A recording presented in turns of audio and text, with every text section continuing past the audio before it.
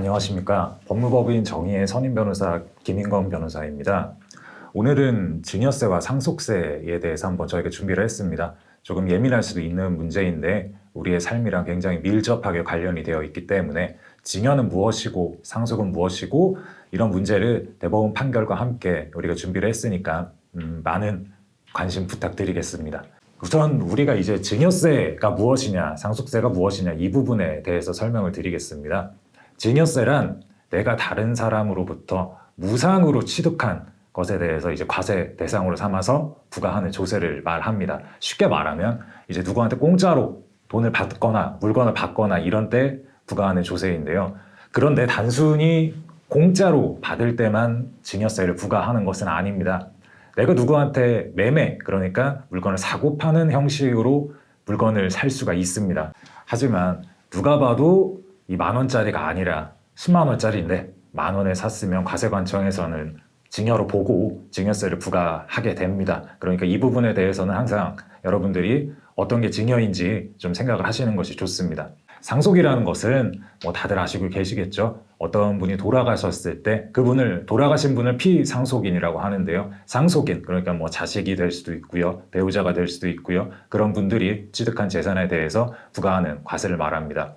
이제 증여세와 상속세는 모두 이 초과 누진세율이라는 것이 있습니다. 그런데 이게 여러 가지 구조로 구성이 되어 있는데 많은 예외 조항이 있습니다. 그러니까 이런 부분들에 대해서는 항상 내가 어떤 예외에 해당되는지, 나는 어디에 적용이 되는지 항상 전문가와 상담하셔서 진행을 하시면 좋을 것 같습니다. 오늘은 우리가 이제 증여세 중에서 법조문에 증여를 받은 경우에 납세 능력이 없을 때는 전부 혹은 일부를 면제할 수 있다. 이런 조항이 있습니다. 그런데 이제 여기에 언제 납부 능력이 없을 때인가 이거에 대한 명확한 규정이 없습니다. 그래서 우리가 관련되는 대법원 판결을 통해 설명을 드릴 텐데요. 이 사건은 이제 쉽게 말씀을 드리겠습니다. A라는 사람이 B라는 사람으로부터 C 회사 주식을 매수했습니다. 그런데 좀 너무 낮은 금액으로 매수했다. 그래서 관할 세무서에서 증여세를 내라 이렇게 처분을 내렸고요. A라는 사람이 증여세를 납부해라는 통지를 받을 즈음에서 나는 돈이 없었다. 이러니까 증여세를 낼 수 없다. 이렇게 주장을 했습니다. 이제 1심과 2심에서는 A라는 사람의 주장을 받아들였는데요. 그런데 대법원의 판단은 달랐습니다. 대법원은 증여가 이루어지기 직전의 시점을 기준으로 판단해야 한다. 이렇게 판단을 내렸는데요. 그러니까 쉽게 말하면 증여세를 내세요 라고 할 때가 아니라 내가 증여를 받기 직전의 시점을 기준으로 판단을 해야 한다고 결정을 내린 것입니다.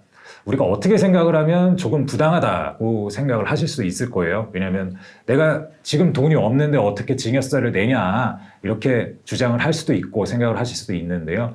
그런데 또 수많은 세금 부과 처분이 이루어지기 때문에 이런 것들을 각각의 임의적인 사정에 따라서 결론이 달라진다면 타당하지 않다. 그러므로 증여가 이루어지기 직전을 기준을 판단해야 한다. 이렇게 대법원이 결정을 내린 것입니다. 이렇게 오늘 우리가 간략하게 증여세와 상속세에 대해서 좀 살펴봤는데요. 저희가 항상 말씀드리는 말은 이겁니다. 세금은 내야 합니다. 내야 되는 세금은 내야 되는데 필요 없는 세금은 내지 않는 것이 맞습니다. 그것이 나에게도 맞고 국가적으로 맞으니까요. 항상 내가 어떤 세금을 내야 되는지 그리고 얼만큼의 세금을 내야 되는지 잘 판단을 하시고 또 전문가의 조력을 받으셔서 필요한 세금만 납부하시면 좋을 것 같습니다. 감사합니다.